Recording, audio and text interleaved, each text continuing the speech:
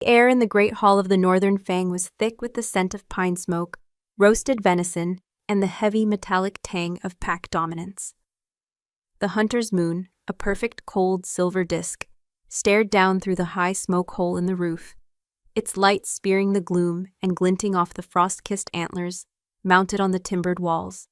For hours, Saris Dunlore had made herself small, a gray stone in a river of boisterous wolves, her back pressed against the cold granite of the hearth's edge. She kept her eyes down, her hands tucked into the worn sleeves of her homespun tunic, praying for the night to end. The murmurs of the pack, the deep-chested laughter of the warriors, the sharp gossip of the she-wolves.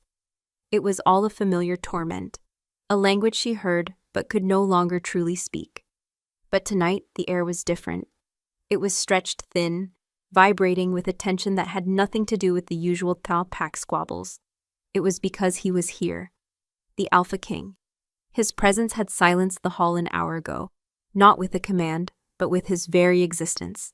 He had walked in flanked by his stone guard, and the noise had simply died, swallowed by the sheer weight of his aura.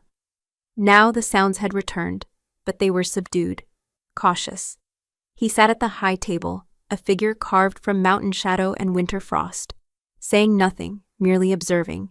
Every wolf in the room felt his gaze, a physical pressure on their skin. Every wolf but her, she had hoped. She had spent 5 years perfecting the art of being unseen, of being less than a ghost.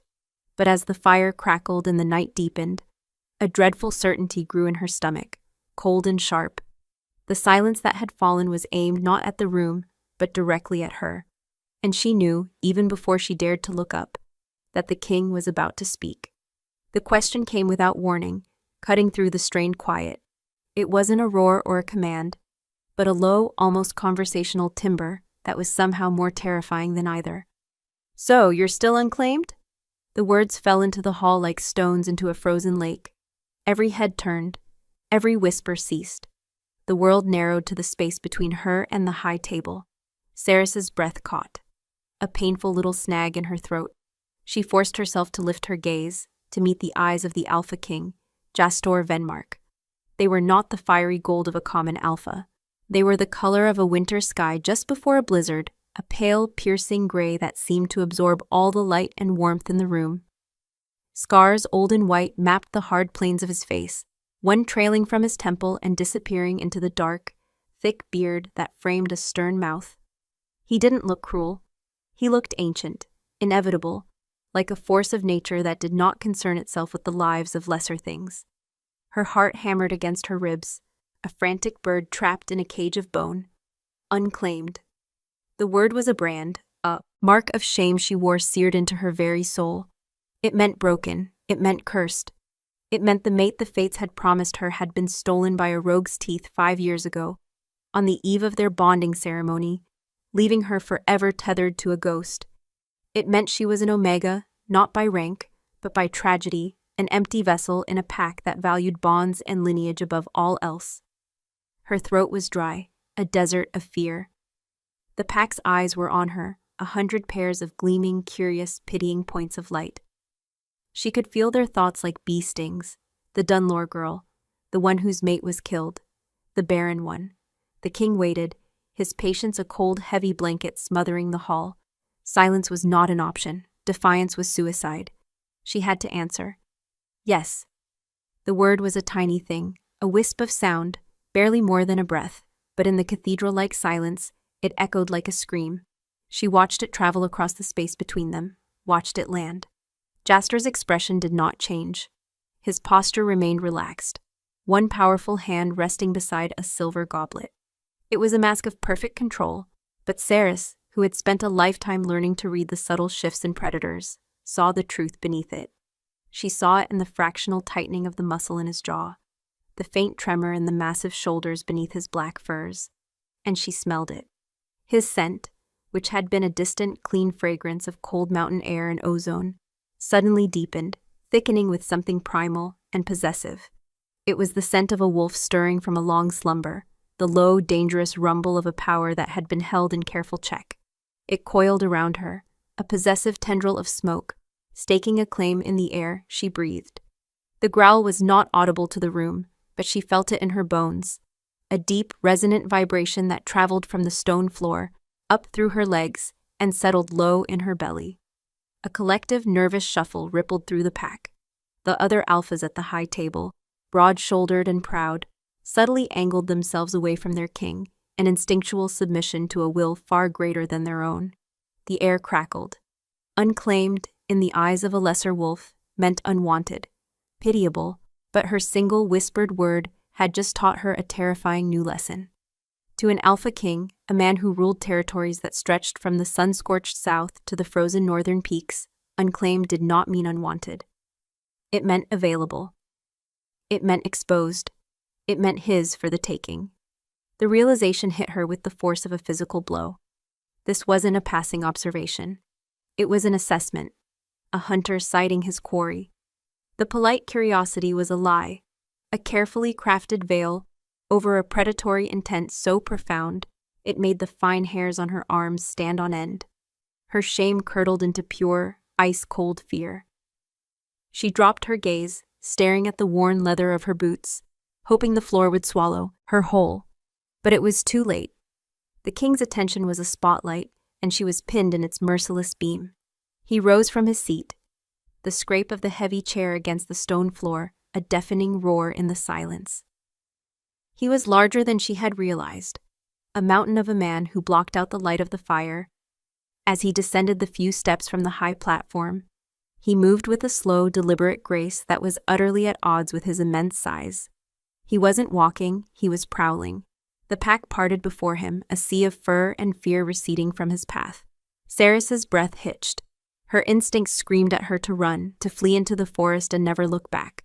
But her feet were rooted to the spot, encased in the ice of his will. He stopped just before her, so close she had to crane her neck to see his face. The heat rolling off his body was immense, a stark contrast to the chill that had settled deep within her. His shadow fell over her, consuming her. The scent of him was overwhelming now, winter storms, ancient pines, and the dark, musky scent of a dominant male wolf at its peak. It was suffocating, intoxicating, terrifying. "Look at me," he commanded. The voice was still quiet, a low murmur meant only for her, yet it held the absolute authority of a king. Slowly, trembling, she lifted her head. His gray eyes bored into hers, and she felt stripped bare, every fear, every secret sorrow laid open for his inspection. He saw the ghost of her lost love. He saw the years of loneliness, the quiet agony of being an outcast. He saw it all, and he was not moved by pity. He was moved by something far older, far more dangerous. His gaze dropped, tracing the line of her throat where a bonding mark should have been. The skin there tingled, as if he had physically touched her. "The Dunlore family, he mused, his voice a low rumble, a strong line. "It has been too long since it was bound to the heart of the North." His words were not for her. They were a pronouncement, a justification for what was to come. He was speaking of her like she was a parcel of land, a treaty to be signed. Panic clawed at her throat, sharp and frantic. She had to say something, anything. "My king," she began, her voice cracking. I am not worthy of notice. My line is ended." It was the truth, the one she had lived with for 5 years. She was a dead end, barren of hope, barren of a future. A flicker of something, annoyance, crossed his face. The fates decide when a line is ended. Not tragedy, not grief. He leaned closer, his voice dropping to a husky whisper that slid down her spine like melting ice. "And you are wrong.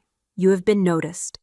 His hand came up, and for a terrifying second, she thought he would strike her. She flinched, a small, pathetic movement she instantly regretted. But his fingers did not touch her face. Instead, they brushed against a loose strand of her dark hair, his touch shockingly gentle, yet possessive. His knuckles grazed her temple.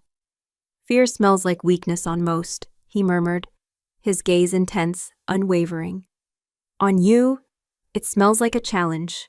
Before she could process the meaning behind his cryptic words, his hand dropped, and he moved with startling speed. His fingers, strong and cold, wrapped around her wrist. It wasn't a brutal grip, but it was absolute, unbreakable. The contact was a jolt of lightning, a shock that arced through her entire body. Where his skin touched hers, a strange, unwelcome heat began to bloom, a traitorous warmth that had no place in her frozen world. He held her there, his thumb stroking softly over the frantic pulse hammering just beneath her skin. He looked down at their joined hands, a king holding a captive bird, and a slow, dark satisfaction settled in his eyes. He lifted his gaze from her wrist, not to her, but to the silent, watching pack.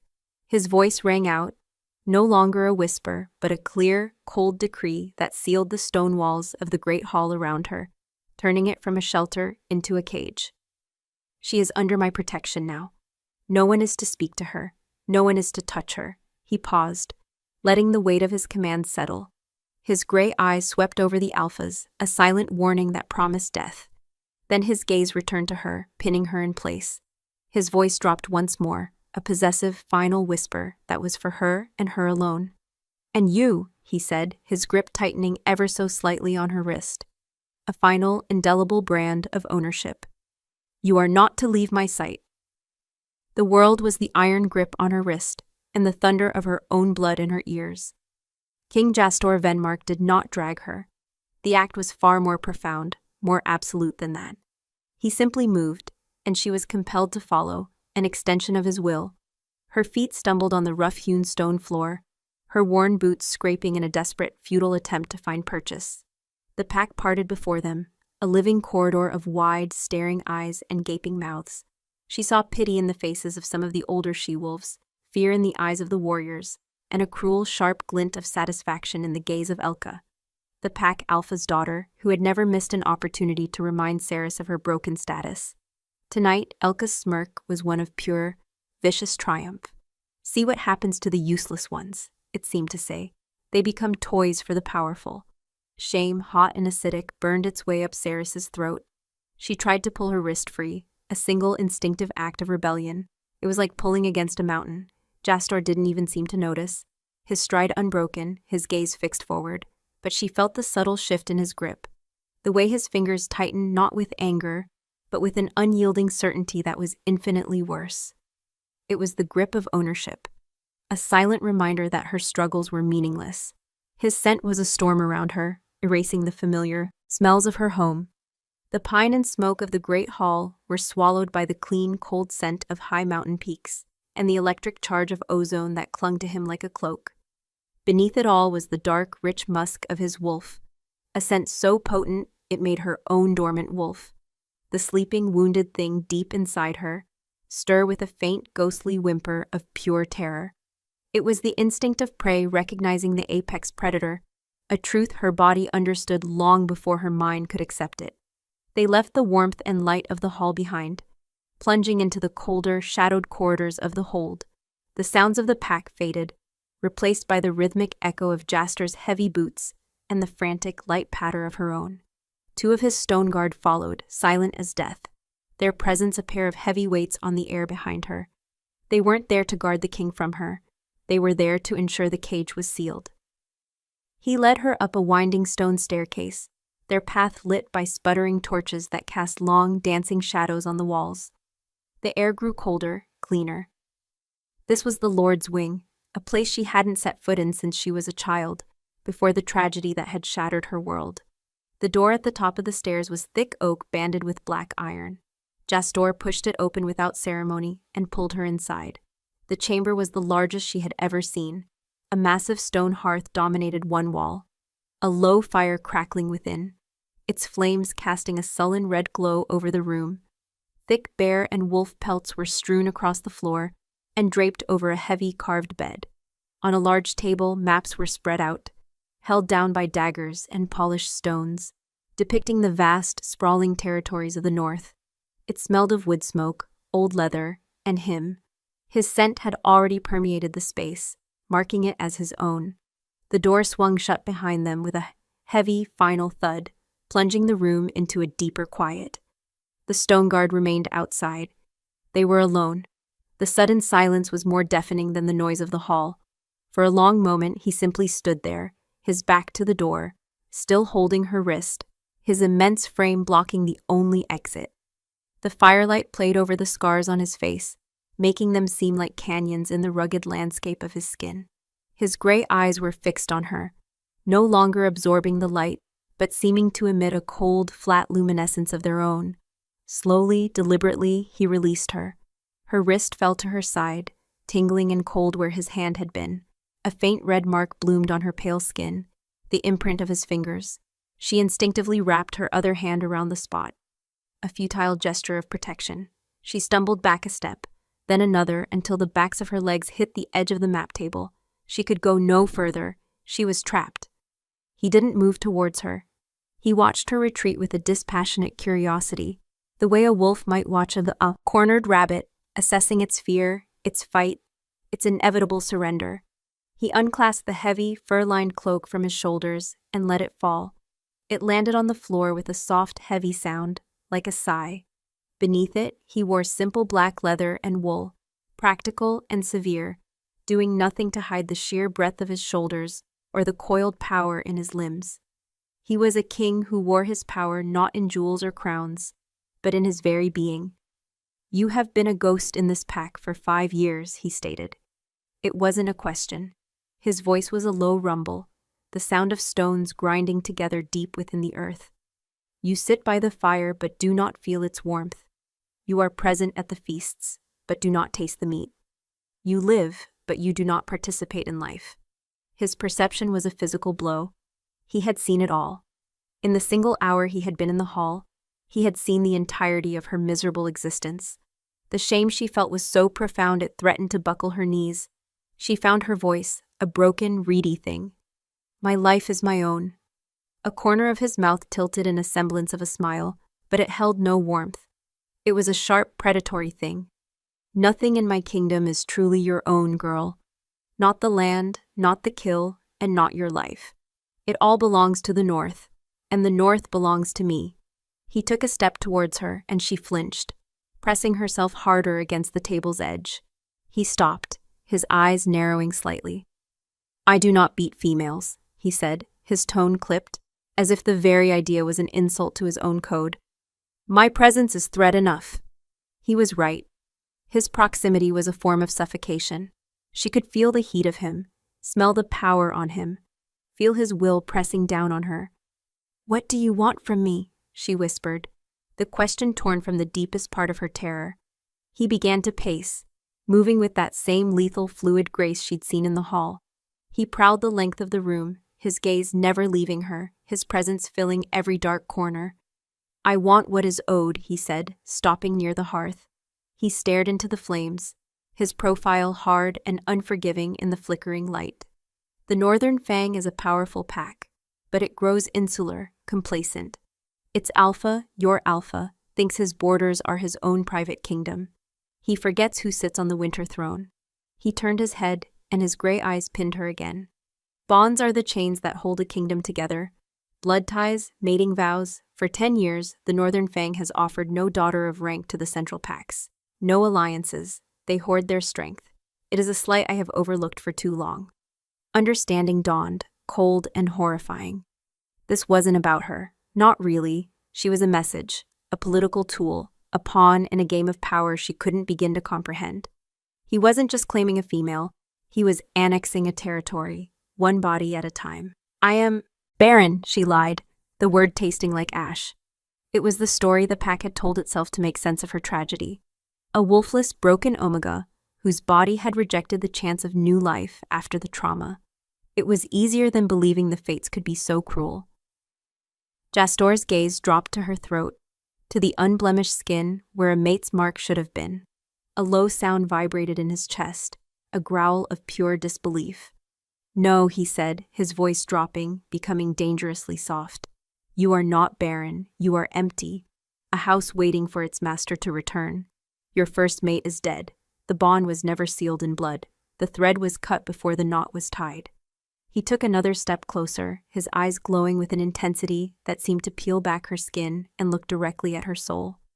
"They left you broken, an unclaimed vessel of a strong bloodline, left to wither. A king does not tolerate broken things in his domain." He was in front of her now, so close she could see the flecks of silver in his dark beard, the faint lines of exhaustion etched around his eyes. He lifted a hand, and this time she didn't flinch. She was frozen, mesmerized by the terrible truth in his words. He didn't touch her skin. Instead, his finger traced the air just above her throat, a phantom touch that made her shiver violently. "He either mends them," he whispered, his voice a raw, hypnotic rasp that vibrated through her bones, "or he shatters them completely."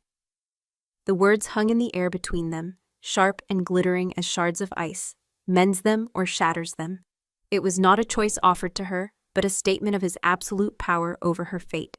Her breath hitched, a tiny, snagging sound in the oppressive silence of the chamber. For 5 years she had been nothing, a ghost drifting through the ruins of her own life. She had believed that in her brokenness there was a strange kind of safety. Who would bother with a shattered thing? But she had been wrong. Her very brokenness was what had drawn the predator's eye. A weakness in the herd, a vulnerability to be exploited. A spark of defiance, small and nearly extinguished, flickered in the desolate landscape of her soul. It was the last ember of the girl she had been before, the one who was meant to be a Luna, the one who had a voice. "I will not be mended," she whispered, the words tasting of rebellion and terror. "And I am already shattered." Jastor's gaze was unwavering. The firelight carved deep shadows under his cheekbones, making him look more like a death mask than a living man. "You think so?" he murmured, his voice a low vibration that seemed to come from the very stones of the floor. "You have been chipped, scratched, but the core of you is untouched. Your bloodline is strong, your spirit, it hides, but it has not fled." He took a half step back, a calculated move that gave her the illusion of space, though she felt more trapped than ever. "What you call shattered, I call unprepared. You were a vessel waiting for a bond that never came. The vessel is still there, it only needs a new master." The cold arrogance of his words stole the air from her lungs. He spoke of her soul as if it were a piece of pottery, something to be filled and owned. He saw her not as a person, but a potential, an asset. The ember of defiance sputtered, nearly drowned by a fresh wave of despair. What hope was there against such a man? He was not a brute who could be outsmarted, nor a tyrant who could be swayed by pity. He was a force, as elemental and unfeeling as a northern gale. He turned from her then, moving to the massive chest at the foot of the bed. He lifted the heavy lid, the scent of cedar and cold wool filling the air. He pulled out a cloak, thick and dark, lined with the pelt of a shadow wolf. It was a king's garment, heavy with status and power. He held it out, not to her, but in her direction. "Put this on," he commanded. She stared at the cloak, then at him, uncomprehending. "Why?" "We are going outside." Panic, sharp and immediate, seized her. "No, I will not." He dropped the cloak onto the bed and turned to face her fully. The air in the room seemed to drop 10 degrees. "That was not a request." His voice was flat, devoid of anger, but laced with a finality that was more chilling than any rage. "You will do as I say. You will walk where I walk. You will learn that your will is a whisper against the storm of mine. Now put on the cloak, or I will put it on you." She could feel the truth of his threat in her very bones. She imagined his hands on her, forcing the heavy garment over her shoulders, and the thought was so violating it made her physically recoil. Her hands trembled as she moved toward the bed, her legs unsteady. The fur was impossibly soft and cold against her fingertips. The cloak itself was immensely heavy. As she pulled it around her shoulders, his scent rose from the fabric, ozone, pine, and the dark musk of his wolf. It enveloped her, a possessive, suffocating blanket. It felt like a chain, a collar, another mark of his ownership.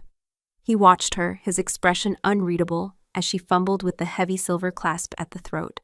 Once it was fastened, he gave a curt nod of approval and strode to the door, pulling it open. The 2 stone guards stood outside, impassive as statues. Jastor inclined his head, a silent dismissal. They bowed and retreated down the corridor, their footsteps fading into silence. The king waited, holding the door, his eyes fixed on her. There was no escape. Taking a shuddering breath that was more his scent than air, she walked past him, careful not to brush against his body, and stepped into the cold, empty corridor. He led her not back down to the great hall, but through a series of unfamiliar passages, and down a narrow, spiraling stairwell that ended at a small, iron-banded postern gate.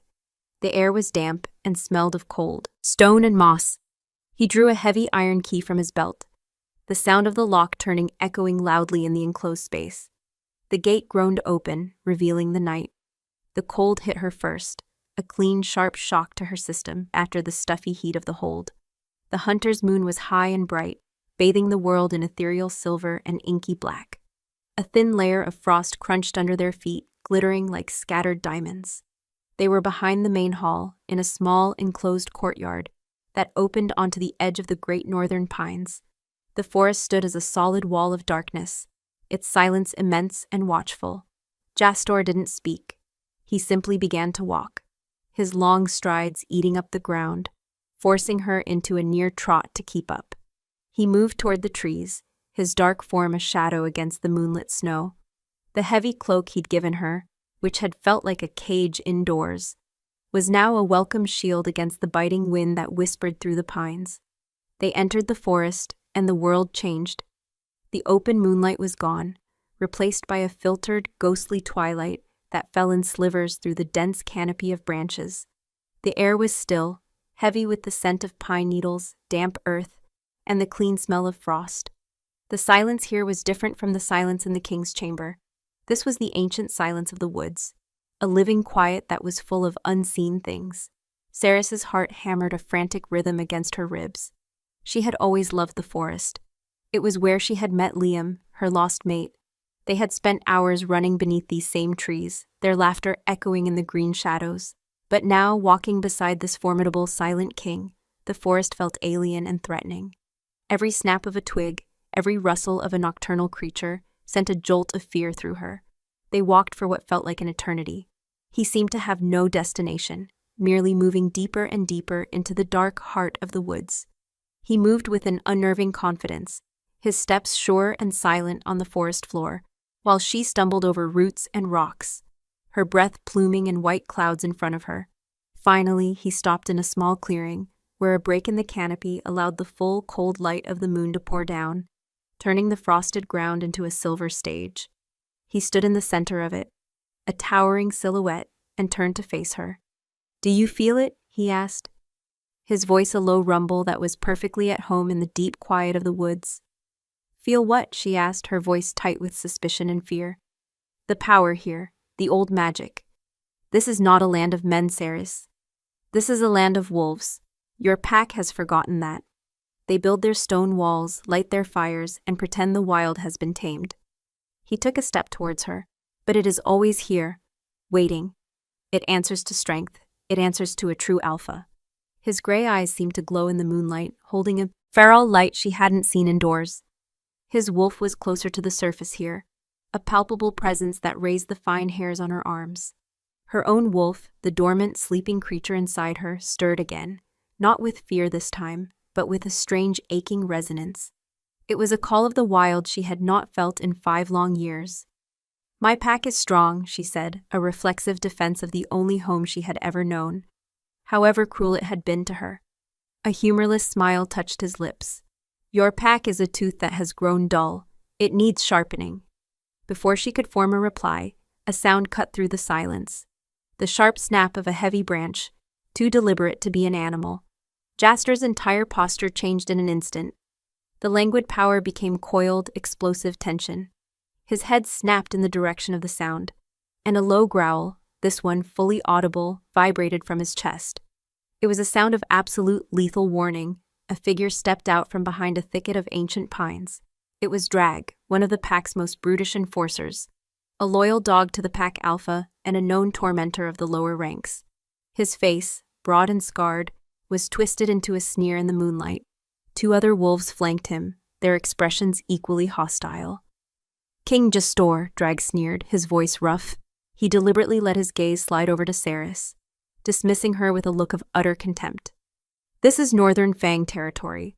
Our alpha does not take kindly to his property, being walked in the woods without his permission, especially not damaged goods like this one." The insult was a physical blow. Ceres flinched, shame and anger warring within her. Jastor did not look at her. His attention was fixed solely on the 3 wolves, his body perfectly still, yet radiating a pressure that made the very air seem to warp around him. "Your alpha is my subject," Jaster said, his voice dropping to a deadly calm. And this female is under my protection. You will return to your hold and tell your alpha that if he wishes to question my movements, he can do so himself, and that I will expect him on his knees. Drag laughed, a short, ugly bark. The king has been in the south too long. He forgets the laws of the north. An unclaimed Omega belongs to the pack, not to a visiting tyrant. He took a foolish, aggressive step forward. We're taking her back. Jastor moved. It was not a step or a lunge. He simply blurred, crossing the 10 feet between them in less than a heartbeat. There was a sickening, wet crunch of bone, and Drag let out a choked scream as Jastor's hand shot out, seizing the man's extended arm and shattering the elbow with a single brutal twist. Drag dropped to his knees, howling. The other 2 wolves froze, their bravado evaporating into pure animal terror. But the king wasn't finished. His eyes were no longer gray.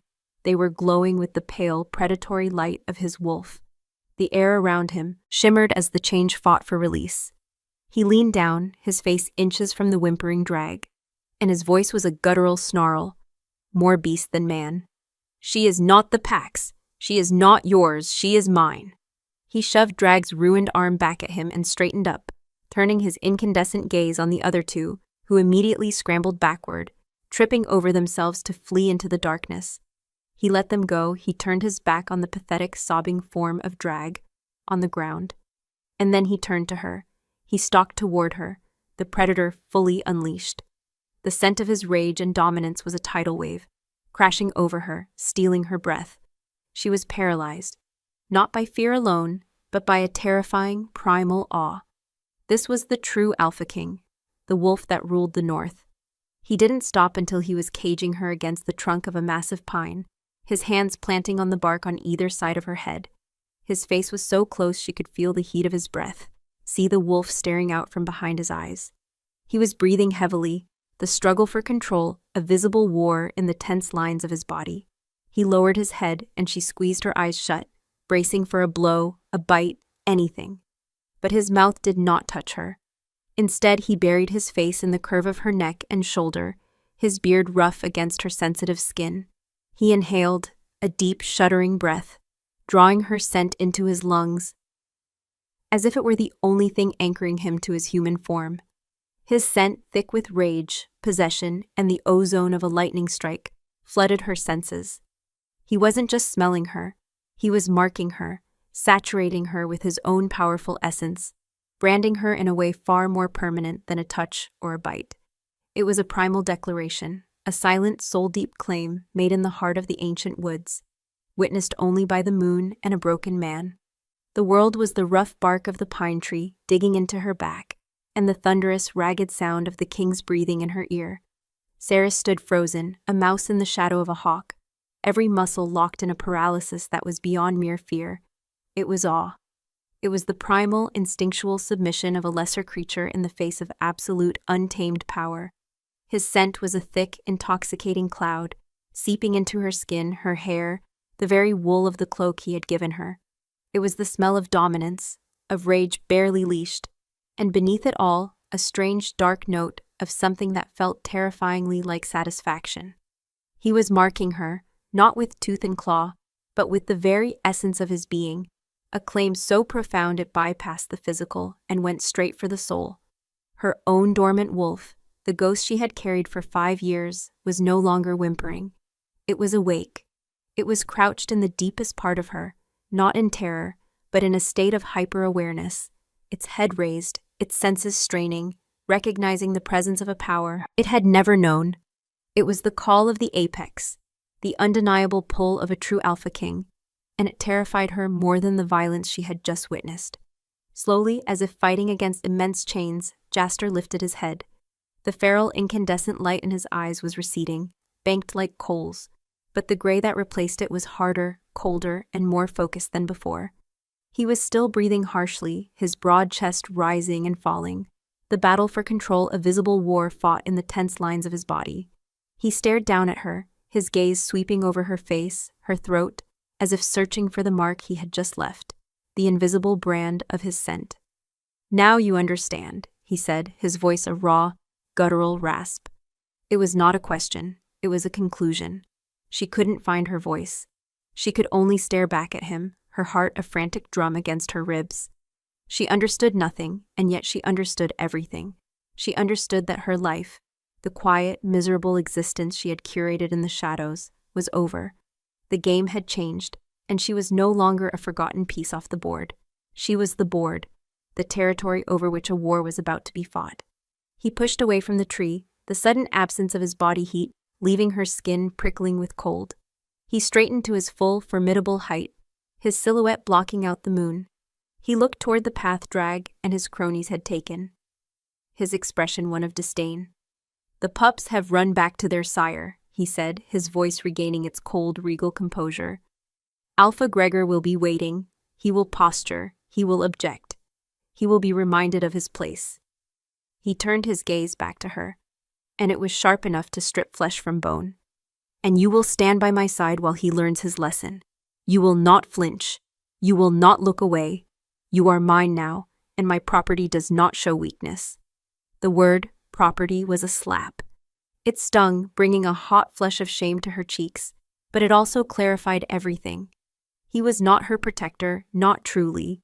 He was her new owner. The cage had just changed its shape, grown larger and infinitely more dangerous. Without another word, he began the walk back toward the hold. She hesitated for only a second, her feet frozen to the frost-covered ground. His voice came back, sharp and impatient, without him even turning to look at her. "Come." It was the same tone one would use with a disobedient hound. Swallowing the bitter lump of pride in her throat, she followed. The walk back was a silent torment. Every step she took was a step further away from the life she knew and deeper into his world. The heavy cloak, saturated now with his powerful scent, felt like a judgment. She could feel it clinging to her, a ghostly second skin that would announce his claim to any wolf she passed. The thought of facing the pack, of standing before Alpha Gregor marked so blatantly, made her stomach churn with a nauseous dread. As they drew closer to the hold, the sounds of an agitated pack reached them. Low growls, anxious murmurs, the sharp bark of commands. The news had spread like wildfire. They emerged from the tree line into the courtyard, and the postern gate stood open, spilling a rectangle of yellow torchlight onto the snow. Standing in that light, barring their way, was Alpha Gregor himself. He was a big man, broad and grizzled, his authority built on years of brute strength and intimidation. But standing before Jaster Venmark, he looked diminished, like a common wolf facing a direwolf of legend. His face was a mask of thunderous fury, his eyes burning with a rage that was equal parts indignation and fear. He was flanked by 10 of his best warriors, their hands resting on the hilts of their daggers, their postures aggressive. "Venmark," Gregor snarled, his voice a low rumble. He did not call him king. It was a deliberate, calculated insult. "You trespass on my lands and steal my people. You have forgotten the old ways." Jaster came to a halt, placing himself slightly in front of Saris, a subtle but clear assertion of his position. He looked at Gregor and his warriors with an air of profound boredom, as if they were a mild inconvenience he was forced to address. "I have forgotten nothing, Gregor," Jastor replied, his voice calm, yet carrying an edge of honed steel that cut through the Alpha's bluster. "It is you who have forgotten your oath. You forget that your lands are mine. Your people are mine. Your very life is forfeit to my will. You have been allowed to rule this territory as a steward, a privilege you seem to have mistaken for a right." He took a slow, deliberate step forward. The warriors bristled, their hands tightening on their weapons. "As for this female," Jaster continued, his voice dropping, becoming more dangerous, "she is not yours to be stolen. She is of the Dunlore line, a bloodline sworn to the Winter Throne, long before your whelping. She was left unclaimed, unbroken, a resource left to rot through your neglect. I am not stealing, I am salvaging." Gregor's face purpled with rage. He took a step forward, his chest puffed out. "She is an omega of this pack. Her fate is for me to decide." He finally looked at Ceres, and his gaze was filled with a venomous contempt. This is what you choose to champion? A barren, wolfless ghost? You shame yourself, and you shame the North." Before Ceres could flinch, before the familiar shame could claim her, Jastor moved. It was not the blur of speed he'd used on Drag. but a single powerful stride that closed half the distance between them. "You will not speak of her again," he commanded, and the sheer force of his will was a physical blow. The air crackled with his power. Gregor actually stumbled back a step, his eyes wide, his bravado finally cracking under the pressure of Jaster's raw aura. "Her worth is not for you to judge. Her status is not for you to name. Her fate is now mine to command. This is my decree." He drew himself up to his full, intimidating height, and his voice rose, ringing out across the courtyard, carrying back into the now silent great hall, where the rest of the pack was listening with bated breath. "The Northern Fang has grown arrogant, and its bond to the crown has weakened. This ends tonight, as a sign of renewed fealty, as a price for your years of insolence, and as my right as your king, I claim Cerys of the Dunlore line. She is no longer an omega of this pack. She is my ward, under my direct protection. Her bloodline is now bound to mine. Any insult to her is a challenge to me. Any harm that befalls her will be answered with the utter annihilation of this hold, from its foundations to its alpha." Silence. A profound, stunned silence that was heavier and more absolute than any sound. The warriors stared, their aggression gone, replaced by shock and fear. Gregor stood as if turned to stone, his face pale, his mouth slightly agape. He had expected a challenge, a fight for dominance. He had not expected this, a formal political claiming that stripped him of his authority over Cerys and turned her into a symbol of his own subjugation. It was a masterful, devastating move that left him no recourse but submission or death. Jaster held the silence for a long, cold moment, letting his decree settle like a shroud over the pack. Then, with the battle won, he turned. Not to Gregor, not to the warriors, but to her. He moved to her side, his movements now calm and deliberate. The storm was gone, replaced by the unnerving certainty of a king who had just redrawn the map of his kingdom. The eyes of the entire world were on them. She could feel them, hundreds of pairs of eyes, burning into her. He stopped in front of her, so close she could see the frost clinging to the edges of his dark beard. He looked down at her, his gray eyes unreadable. But for the first time, she felt like he was seeing her, not the pawn, not the bloodline, but the terrified woman standing before him. His hand, calloused and impossibly large, came up. She thought he might touch her face, a gesture of possession for the crowd, but he didn't. Instead, his fingers went to the heavy silver clasp of the cloak at her throat. With a slow, precise movement, he adjusted it, settling the heavy fur more comfortably on her shoulders. It was a small, strangely intimate gesture, a quiet act of care in the midst of a brutal display of power. It sent a tremor of confusion through her that was more unsettling than his rage had been. He leaned in, his voice a low murmur meant only for her, a final, sealing command that echoed the pronouncement he had just made to the world. "It is done," he whispered, his breath warm against her cold cheek. "From this night forward, you answer to no one but me." He had not mended her. He had not shattered her. He had reforged her into a symbol, a weapon, and its hilt was now held firmly, irrevocably, in his hand. The walk back to the great hall was a journey through a landscape of altered reality. When she had left, she was a ghost, invisible in her shame. Now returning at the king's side, she was the most solid, most scrutinized thing in the entire hold. As they stepped over the threshold, a wave of silence rolled back from them, more profound and suffocating than before. Every face turned in their direction, every pair of eyes, curious, resentful, fearful, fixed upon her. She was no longer Cerys Dunlore, the broken Omega. She was a symbol. She was the king's decree made flesh. She could feel their thoughts, a barrage of silent questions and judgments. They weren't looking at her with pity now. They were looking at her with a dangerous cocktail of awe and hatred. She was the reason their alpha had been humbled. She was the living proof of their pack's subjugation. In their eyes, she had gone from being a nobody to being a traitor, a prize claimed by an invading power. She saw Elka, the pack alpha's daughter, standing near the high table, her face a mask of pale, venomous fury. The satisfaction was gone, replaced by a look of such pure loathing that Cerys felt it like a physical chill. Jastor seemed oblivious to the thick, hostile atmosphere. He moved through the hall as if he were walking through his own private throne room, his gaze fixed forward, his presence an undeniable assertion of his right to be there. He did not touch her, yet she felt tethered to him, trapped in the gravitational pull of his power. He led her not to the hearth where she had hidden before, but directly toward the high table, the seat of power in the pack.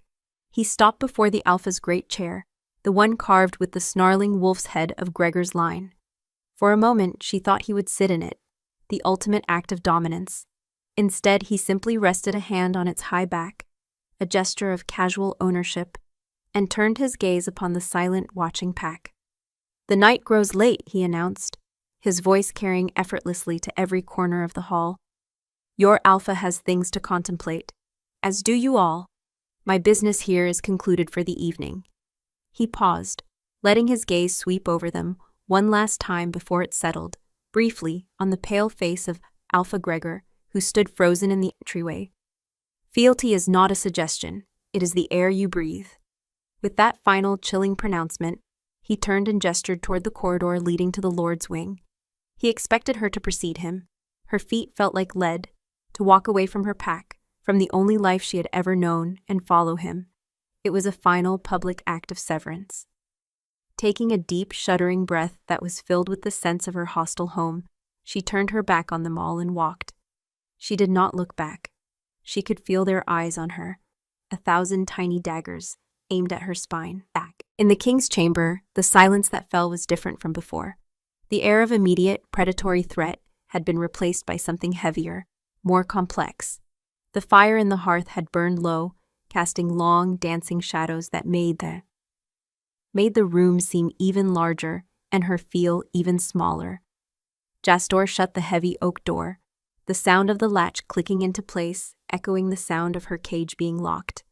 He walked past her to the table where a flagon of wine and a single goblet sat. He poured, the dark red liquid splashing into the silver. He didn't offer her any. He drained the goblet in one long, slow draught, his throat working. When he set it down, the sound was unnaturally loud in the quiet room. "Why?" The word escaped her before she could stop it. It was a thin, reedy sound, but it was her own. He turned to face her, one dark eyebrow raised slightly. He didn't pretend not to understand. "I already told you, bonds hold the kingdom together. Your pack was becoming a rogue state in all but name. I used the tool that was available to me." "A tool?" The bitterness in her own voice surprised her. "I am a person, not a hammer to beat my Alpha into submission." A flicker of something, was it amusement, respect, crossed his stern features. "Everything is a tool to a king, girl. A sword, a treaty, a life. You are a Dunlor. Your blood carries weight. Your public binding to me reminds Gregor, and every other Alpha north of the Black River, that even the most forgotten lines ultimately belong to the crown." He began to unbuckle the leather vambraces on his forearms, his movements economical and precise. As he pulled off the one on his left arm, she saw a dark wet stain on the sleeve of his tunic beneath it, near the elbow. Blood. Drag's attack, for all its clumsiness, had not been entirely without effect. One of the other wolves must have gotten a lucky strike with a dagger in the blur of motion. Jastor glanced at the wound with an air of detached annoyance. It was a shallow gash, but long, bleeding sluggishly. He walked over to a leather satchel resting on the chest and pulled out a small clay pot and a roll of clean linen. "I am not your tool," she insisted, her voice gaining a sliver of strength from the anger that was finally beginning to burn through the fog of her fear. "I will not be used."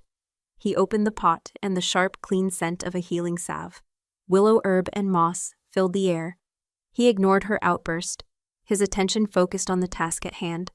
"Your consent is not a factor in this," he said, his voice flat. "You think you have a choice.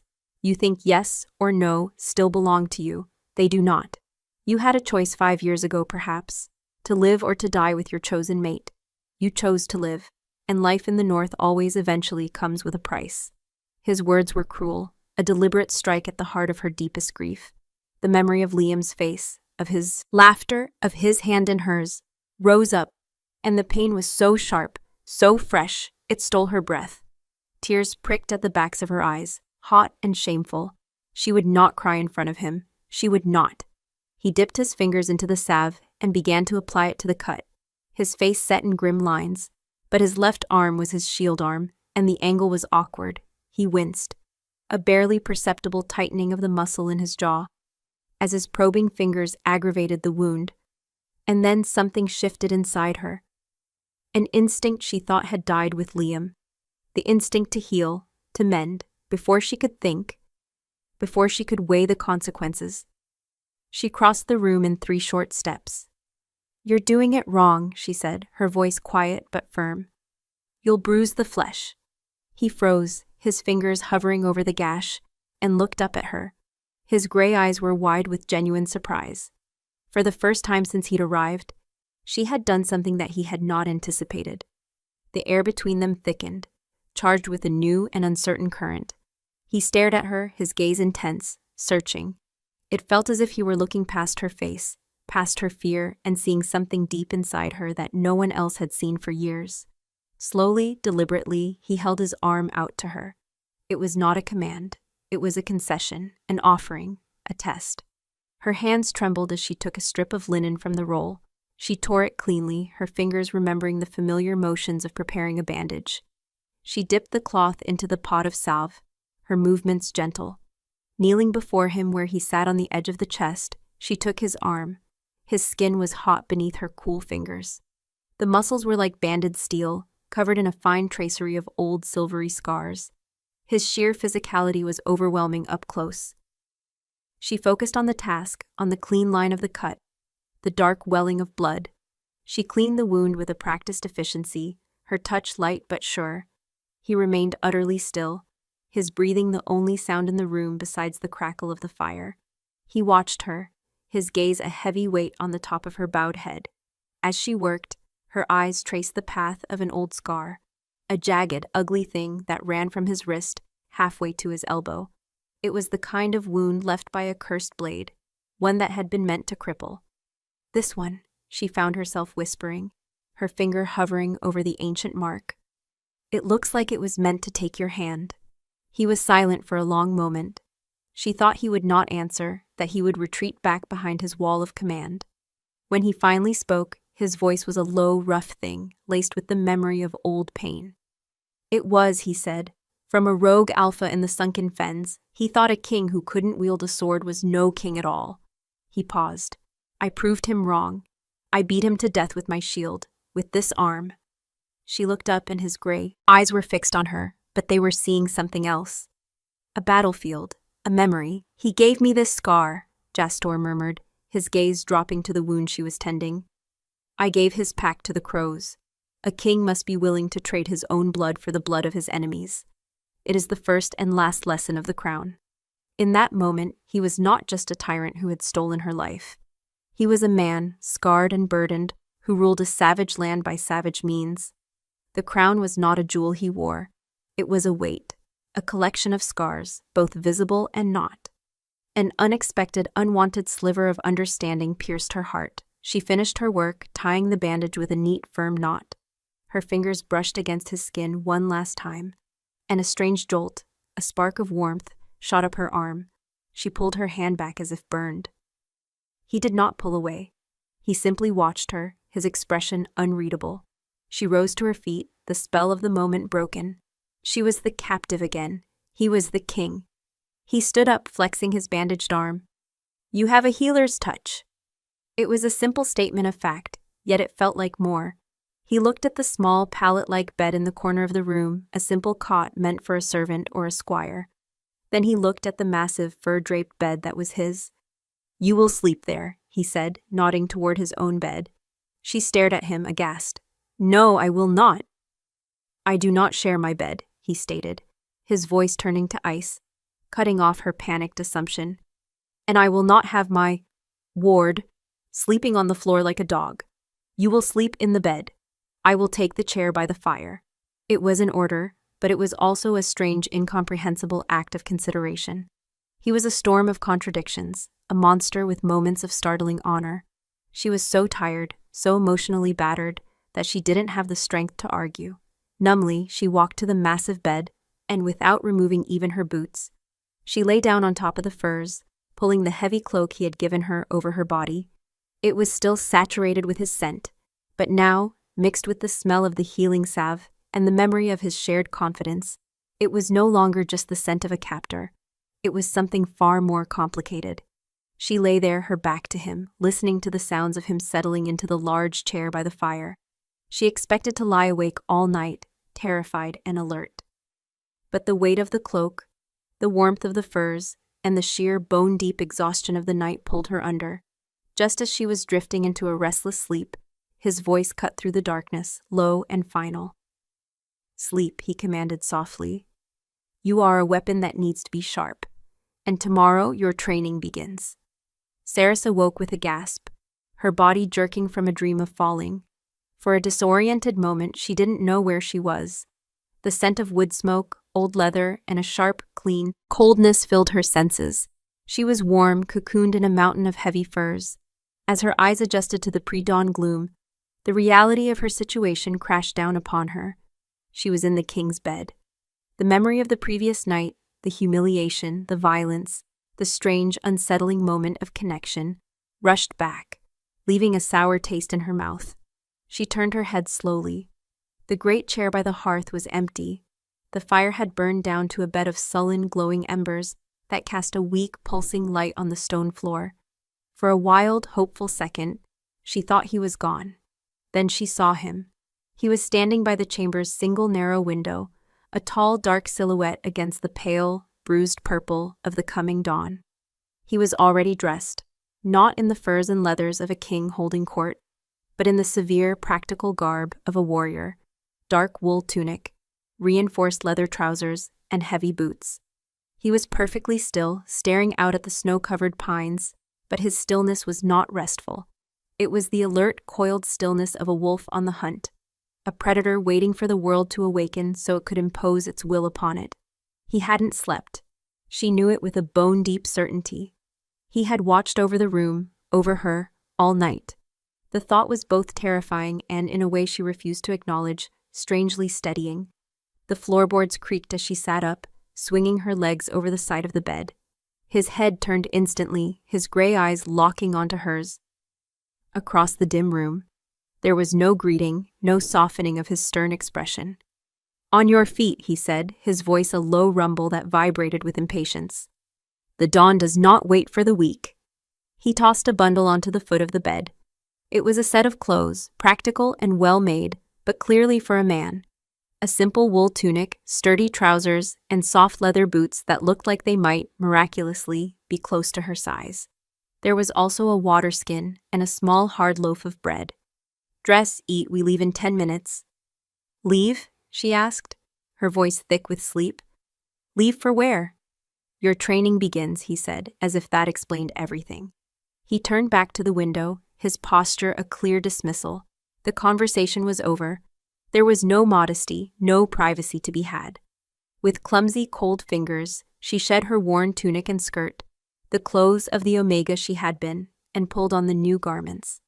They were too large, but they were warm and offered a freedom of movement her old clothes never had.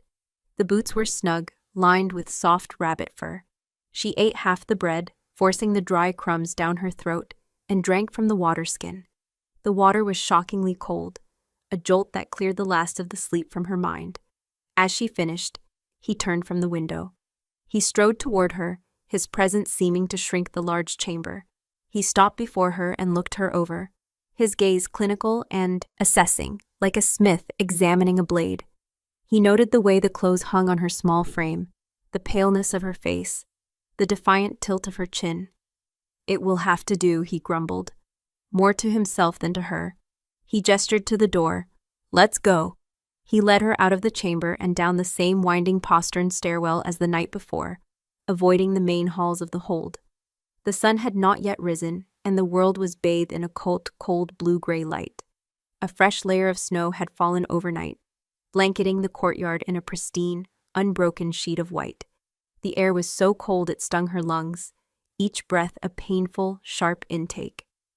Jastor plunged into the snow without hesitation, his long strides breaking the perfect surface. He moved toward the forest, and she had no choice but to follow in the deep tracks he left behind. "Where are we going?" she asked again, her voice lost in the vast silence. "To find out what you are made of." He threw back over his shoulder, He set a punishing pace. It was not a walk, but a relentless forward march. Within minutes, they were deep among the pines, the hold lost to sight behind them. There was no path. He moved through the trees as if they were his own great hall, his inner compass fixed on some unseen destination. For the first hour, Sarah struggled to keep up, her shorter legs burning, her lungs screaming for air. The cold was a relentless enemy, seeping through the wool of her clothes, numbing her fingers and toes. But Jastor never slowed, never looked back. It wasn't just a journey, it was a test. He was trying to break her. The sun rose, a pale, anemic disk in a sky the color of iron. Its light offered no warmth. They climbed, the ground sloping steeply upwards, forcing her to use her hands to pull herself up over frozen rocks and through thick, snow-laden undergrowth. Her muscles screamed in protest. Her breath came in ragged, painful sobs. A part of her, the small, spiteful part that had survived the last 5 years, wanted to give up, to simply collapse into the snow and let him leave her behind. But a deeper, older instinct, the stubborn pride of the Dunlor line, refused to let her. She would not give him the satisfaction. She would not be weak. Finally, after what felt like a lifetime, he stopped. They were on a high, windswept ridge that overlooked the entire valley. The Northern Fang hold was a tiny, toy-like cluster of buildings far below, a plume of smoke rising from its central hearth. The sheer scale of the wilderness around them was breathtaking and terrifying. Mountains like broken teeth sawed at the horizon, their peaks shrouded in mist. The great northern forest stretched out below them like a dark green sea. Sarah bent over, her hands on her knees, gasping for breath, her heart hammering like a trapped bird. Her entire body ached with a deep, shuddering fatigue. Jastor stood at the edge of the ridge, his back to her, seemingly unaffected by the grueling climb. He surveyed the vast expanse of his kingdom, a solitary, powerful figure against the unforgiving landscape. "Look," he commanded without turning. "This is what you have been hiding from. This is the world. It is vast and it is merciless. It does not care for your grief. It does not care for your broken heart. It rewards only strength. It culls only the weak." He turned to face her, his gray eyes as cold and hard as the rocks beneath their feet. "Your pack pitied you. They coddled your weakness and allowed you to become a ghost. Pity is a poison, Saris. It rots the soul. I will not pity you. I will make you strong, or I will see you break completely." Anger, hot and sharp, flared through her exhaustion. "You know nothing of my grief," she spat, her voice raw. "I know everything of grief," he countered, his voice dropping, becoming a low, dangerous thing. "I know what it is to watch the life you have built burn to ash. I know what it is to hold the one you are sworn to protect as they draw their last breath." A shadow passed over his face, a flicker of an ancient, profound pain that was gone as quickly as it came. He had not been speaking of her. He had been speaking of himself. Before she could process this startling glimpse beneath his iron shell, his expression hardened again. But grief is a fire. You can let it consume you, or you can forge yourself in its flames. You chose to be consumed. Today, you learn to be the forge. He pointed down a steep, treacherous-looking slope on the other side of the ridge. "We go down, and you will not fall behind." He started down the slope without another word, his movements sure-footed and swift. Saris watched him go, a wave of despair washing over her. She couldn't do it. Her body had nothing left to give. But then she saw the look on his face again in her mind's eye, that flash of his own buried sorrow. He was a monster, a tyrant, a brute. But he was a monster who had been forged in his own fire. The thought didn't comfort her, but it intrigued her. It gave her a reason to take the first trembling step down the slope. The descent was worse than the climb. Loose rocks and icy patches made every step a gamble. She fell twice, her hands and knees scraped raw by the frozen ground. Jastor never stopped, never offered a hand. He simply waited at the bottom of a ravine, his arms crossed over his chest, his face an unreadable mask of stone. By the time she reached him, she was trembling with cold and exhaustion, her pride in tatters. He just nodded, as if she had met some base-level expectation, and started moving again. They were in a darker, older part of the forest now. The pines were immense, their ancient branches blocking out most of the sky, creating a perpetual twilight. The air was still and heavy, and the silence was absolute. An uneasy feeling prickled at the back of Saris's neck. This place felt wrong. It felt hungry. Suddenly, Jasper stopped dead. He didn't turn. He just raised a hand, a silent command for her to halt.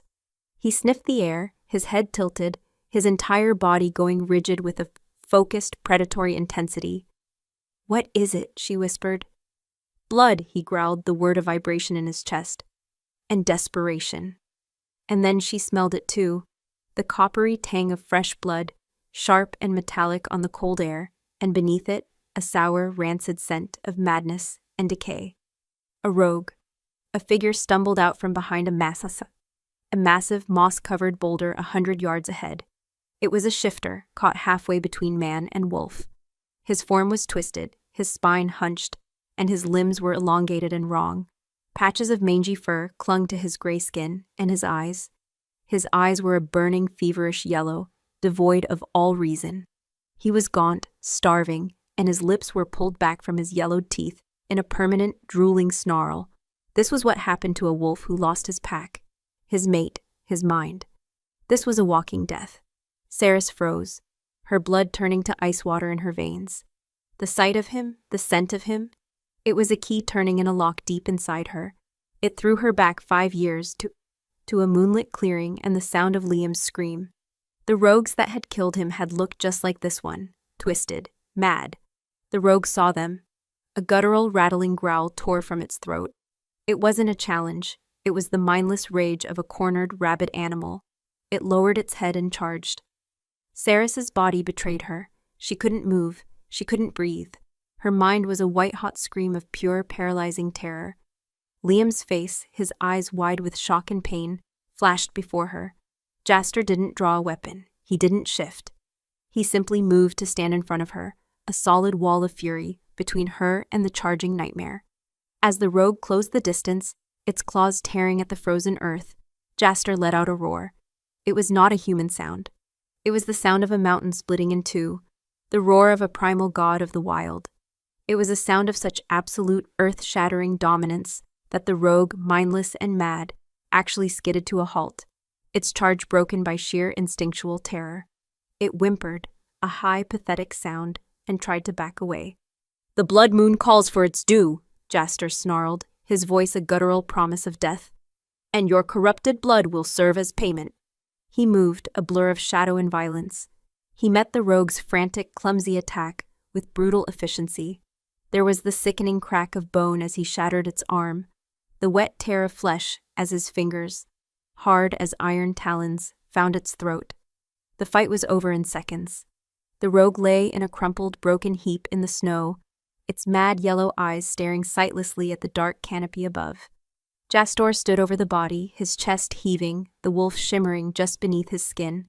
The scent of his violent victory, of blood and adrenaline and righteous fury, filled the clearing. He turned, and his eyes, glowing with a faint residual wolf light, found hers. He saw her, saw the tears streaming down her face, saw the stark, abject terror that held her in its grip. His fury vanished, replaced by a dark, possessive anger aimed not at her, but at the memory that had broken her.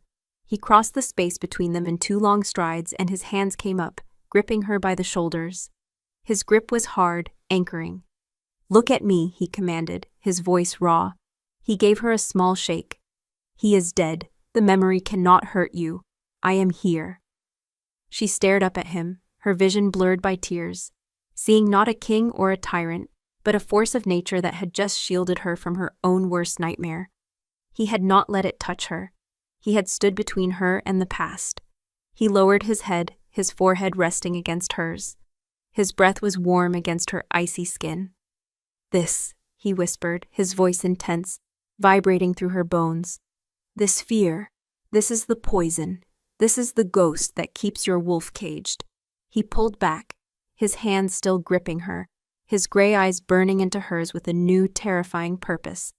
"This training is not about making your body strong, Saris. It is about making your soul remember how to fight." He stared at her, his gaze unwavering, as he delivered the final, impossible pronouncement. "We are not training you. We are hunting for your wolf, and I will drag it, screaming, back into the light."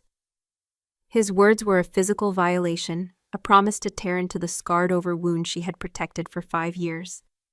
"My wolf is dead," she choked out, the words raw and ragged, torn from the deepest part of her. She shoved against his hands, a futile, desperate gesture. "She died with him. What you are hunting is a grave." Jastor's grip on her shoulders tightened. Not with anger, but with an unyielding, absolute certainty that was far more terrifying. The residual light of the wolf faded from his eyes, leaving them the cold, clear gray of a winter sky, but his intensity did not lessen. "A wolf does not die so easily," he growled, his voice a low counterpoint to the vast silence of the ancient forest. "It sleeps, it hides, it starves itself in the dark of your grief. I am merely the storm that will wake it." He released her so abruptly she stumbled back a step. He turned from the dead rogue, dismissing the corpse as if it were nothing more than a shed snakeskin, and began to walk, not back the way they came, but deeper into the oppressive twilight of the old-growth forest. "Stay close," he commanded over his shoulder. "There is more than one hungry ghost in these woods." Rage, pure and hot, was a welcome relief from the icy paralysis of her fear. How dare he? How dare he speak of her loss, of her wolf, as if he had any right? How dare he drag her past back into the light and dissect it with his cold, arrogant pronouncements? For a moment, she considered running, fleeing in the opposite direction, taking her chances with the wilderness. But the image of the rogue's mindless eyes, and the memory of the swift, brutal finality with which Jastor had dispatched it, killed the thought before it could fully form. There were worse things in the woods than him. He was, for now, the more dangerous predator, and there was a grim safety in that. Clenching her jaw until it ached, she followed. The silence between them was no longer empty. It was filled with the echoes of his declaration, with her own seething fury, with the unspoken promise of a confrontation that was yet to come. He led her to a place she had only heard of in the pack's oldest stories, a hollow carved into the heart of the forest, where the ancient pines gave way to a circle of monolithic, moss-covered stones that leaned in on each other like sleeping giants. In the center of the circle, a spring bubbled up from the earth, the water so cold it steamed in the frigid air, flowing over smooth, dark rocks before disappearing back into the ground. The place felt ancient, humming with a quiet, dormant power that made the hairs on her arms stand up. The air was different here, still and heavy, tasting of wet stone, deep earth, and something else, something wild and sacred. Jastor stopped in the exact center of the stone circle, next to the steaming spring. The faint light that filtered through the canopy seemed to gather here, bathing him in a ghostly, ethereal glow. He turned to face her, his expression grim, purposeful. This was his chosen battlefield. "The heart of the wood," he said, his voice a low rumble that seemed to be absorbed by the stones around them. "The old ones say the first wolf drank from this spring. They say a shifter who has lost their way can find it again here, or be broken by what they see." He took a step toward her, closing the space between them until he was little more than an arm's length away. "Your grief is a shield, Saris. You hold the memory of your lost mate in front of you like a ward against life. You have made a shrine of your sorrow, and you have been kneeling at it for 5 years. The time for prayer is over." "You have no right," she whispered, her voice trembling with a mixture of rage and fear. "I have every right," he countered, his voice sharp as flint. "I claimed you. Your weakness is my weakness. Your brokenness is a flaw in my armor. I will not have it. You will face the ghost that haunts you, and you will either banish it or I will." He moved closer still, his scent, pine and winter air, and the dark musk of his wolf, enveloping her, a deliberate act of olfactory dominance. It was meant to provoke, to trigger a primal response. "Tell me about him," he commanded. "The boy, Liam, tell me how he died." The name on his lips was a sacrilege. "No. Tell me," he insisted, his voice hardening, his gray eyes boring into hers, "or I will tell you. I will tell you how a boy, barely a man, stood against 2 crazed rogues, how he was too slow, too weak, how his love for you was not enough to give him the strength he needed to protect you, how his last thought was of his own failure as he bled out in the dirt." Every word was a hammer blow, striking at the foundations of the shrine she had built in her heart. He was twisting her most sacred memory into a weapon and turning it against her. A raw, guttural sound of pure anguish was torn from her throat. "Stop it!" she screamed, lunging at him. Her hands balled into fists, beating uselessly against the hard wall of his chest. "You lie! He was strong! He was brave! He saved me!" He caught her wrists, his grip like iron bands holding her fast. "He died," Jaster snarled, his face inches from hers, his own wolf rising to the surface, a dangerous, feral light kindling in his eyes. "Bravery is not a shield against claws and teeth. He died, and he left you. He left you alone and unprotected." Was that his plan? To leave his mate to be pitied and scorned by her pack for the rest of her days? A true alpha, a true mate, would have torn the world apart before allowing that. His love made you weak. His memory keeps you chained. Something inside her snapped. The grief, the rage, the 5 years of suppressed silent agony erupted in a single volcanic surge. It was a force beyond reason, beyond control. A scream of pure animal fury ripped through her, a sound she didn't recognize as her own. The world, which had been a blur of gray and green, suddenly sharpened into crystalline focus. The scent of the damp earth, the cold stone, the ozone of Jaster's power, and the faint coppery tang of the rogue's blood still clinging to him. It all crashed into her with the force of a physical blow. A wave of heat, scorching and wild, flooded her veins. And deep within the cold, silent grave she had made for her wolf, an eye flickered open. She felt it. A tremor, a ghost of a snarl vibrating in her own chest. The strength that flooded her arms was not her own. She ripped her wrists from his grasp, the force of it so unexpected that Jastor, the Alpha King himself, actually took a half-step back, his eyes widening in shock. She saw her reflection in those wide, stunned gray eyes, and for a fraction of a second, the eyes that stared back were not her own familiar, sorrow-filled blue. They were gold, molten, luminous, feral gold. The eyes of her wolf. The power receded as quickly as it came, leaving her gasping, her body trembling with a violent, bone-jarring shock. The world swam, the edges of her vision turning dark. The connection, the brief, brilliant flare of her other half, was too much. The shock of feeling her wolf, of seeing through its eyes for the first time in 5 years, was like being struck by lightning. Her knees buckled. She didn't hit the ground. Jastor was there, his arms closing around her, catching her against his hard chest. He held her, his body a solid, anchoring presence in her dizzying, collapsing world. She could feel the thunder of his heart against her ear, a heavy, rapid beat. He wasn't looking at her face. His gaze was fixed on her throat, on the place where a mate's mark should be. His expression was one of intense, predatory focus, but it was mingled with a profound, almost reverent awe. He had seen it, he had felt it. He had hunted the ghost, and for one terrifying, magnificent moment, he had found it. He lowered his head, his breath warm against her ear, his voice a low, possessive rumble that was meant not for her, but for the wild thing he had just awakened. "There she is," he breathed, the words a vibration that seemed to sink directly into her soul. "I knew you were in there." He shifted his grip, one powerful arm banding around her waist, holding her securely against him. His other hand came up, his fingers calloused and surprisingly gentle, brushing the hair back from her temple. His thumb stroked her cheekbone, a gesture of ownership so profound it made her tremble. "This changes nothing," he murmured, his voice a dark velvet promise. "And it changes everything." He pulled back just enough to look down into her dazed eyes, and the cold, regal mask of the king was gone, replaced by the raw, possessive focus of the wolf. "The training is over, Uka," he whispered, a dark satisfaction curling the edge of his lips. "Now the claiming begins." A year had passed, one full turn of the seasons, each leaving its mark, not on the ancient stones of the winter throne, but on her. Saris stood on a high, windswept balcony, carved from the mountain's peak, the wind a living thing that tugged at her long, dark hair, and whipped the hem of a heavy cloak lined with snow leopard fur. The air here was thin, sharp, and so clean it felt like drinking from a celestial spring. It tasted of ice, ozone, and freedom. Far below, the world was a breathtaking tapestry, of shadow-dark forests and sun-kissed, snow-dusted peaks that stretched to the edge of the world.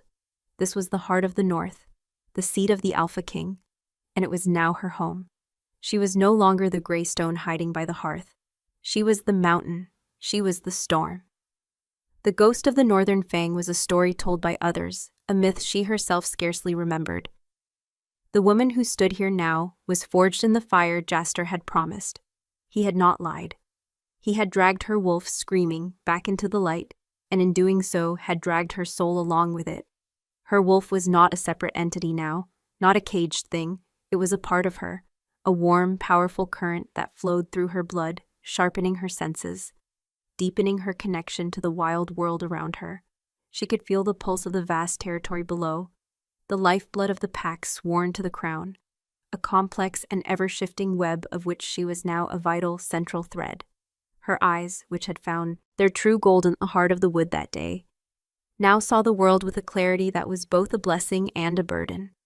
She raised a hand, her fingers tracing the intricate silvery mark that now graced her throat. It was not a simple bite mark, not the crude claiming of a lesser alpha. Jastor's mark was a whirl of elegant, scar-like lines, a symbol that mirrored the ancient sigil of his house, a wolf's head crowned by the North Star. It had been sealed not in a public ceremony, but under the light of the blood moon, a primal sacrament of blood, will, and a bond so profound it had shaken the foundations of their souls. It was a claiming, yes, but it had also been a surrender, his to her as much as hers to him. The Northern Fang was a distant memory. Alpha Gregor, faced with the undeniable truth of Ceres's awakened power and the unyielding will of his king, had bent the knee. He still ruled, but he was a diminished figure, his authority forever checked, his pride broken. His daughter Elka had been sent south, a political marriage to seal an alliance with a dusty border pack, an exile cloaked in the guise of honor. The pack had learned its lesson. Fealty was, indeed, the air they breathed. A heavy warmth settled behind her, a presence so familiar, so intrinsically a part of her now, that she didn't need to turn. The scent of him, winter storms and ancient pines, was a constant comfort, the anchor of her new world. A large calloused hand covered hers, his fingers lacing with her own, where her hand rested on the cold stone of the balustrade. "You stare at the horizon as if you mean to conquer it," Jastor's voice rumbled, a low, intimate sound meant only for her. She smiled, a genuine, easy smile that reached her golden eyes. "I am merely admiring my husband's work." She turned her head, looking up at him. The scars on his face were no longer terrifying maps of a brutal king, but familiar, beloved lines on the face of her mate. The winter sky gray of his eyes, once so cold and piercing, now held a deep, abiding warmth whenever they looked at her. He was still a storm, still a force of nature, but she was no longer a ship to be battered by his waves. She was the sea itself, and he was her tide. "Our work," he corrected, his thumb stroking the back of her hand. "A kingdom is not held by one wolf, but by two. A king is only as strong as his queen." He leaned down, his lips brushing her temple, a gesture of quiet affection that still, after a year, sent a jolt of liquid heat through her. She leaned back against the solid wall of his chest, her head resting on his shoulder, and they looked out at the vast wilderness together. They stood in comfortable silence for a long time, a silence that was not empty, but filled with a deep, unspoken understanding. "Do you ever miss it?" he asked, his voice unexpectedly soft. "The quiet life, the girl you were?" She considered the question. She thought of the ghost by the fire, of the girl whose world had been defined by what she had lost. Liam's memory was no longer a shrine of sorrow. It was a scar, a part of her story, the tragic prologue that had, in the fate's cruel and unknowable way, led her here. His death had shattered her, yes, but Jastor had been right. She had not been broken completely. He had simply gathered the pieces and shown her how to forge them into something stronger. "She was not living, Jastor," Ceres answered, her voice clear and strong in the thin mountain air. "She was waiting for a death that wouldn't come. I do not miss her. I pity her." She turned in his arms to face him, her hands coming up to frame his hard, bearded jaw. "You did not give me a quiet life. You gave me a life, a real one, a loud and dangerous and magnificent one. A slow smile, a rare and powerful thing, touched his lips. It transformed his harsh features, revealing the man beneath the crown. He lowered his head, his forehead resting against hers, their breaths mingling in a white cloud in the cold air. "And you," he murmured, his voice a raw, husky whisper that vibrated through her. "You saved me from a kingdom of stone and a throne of ice. You are the fire in the heart of my winter, Ceres."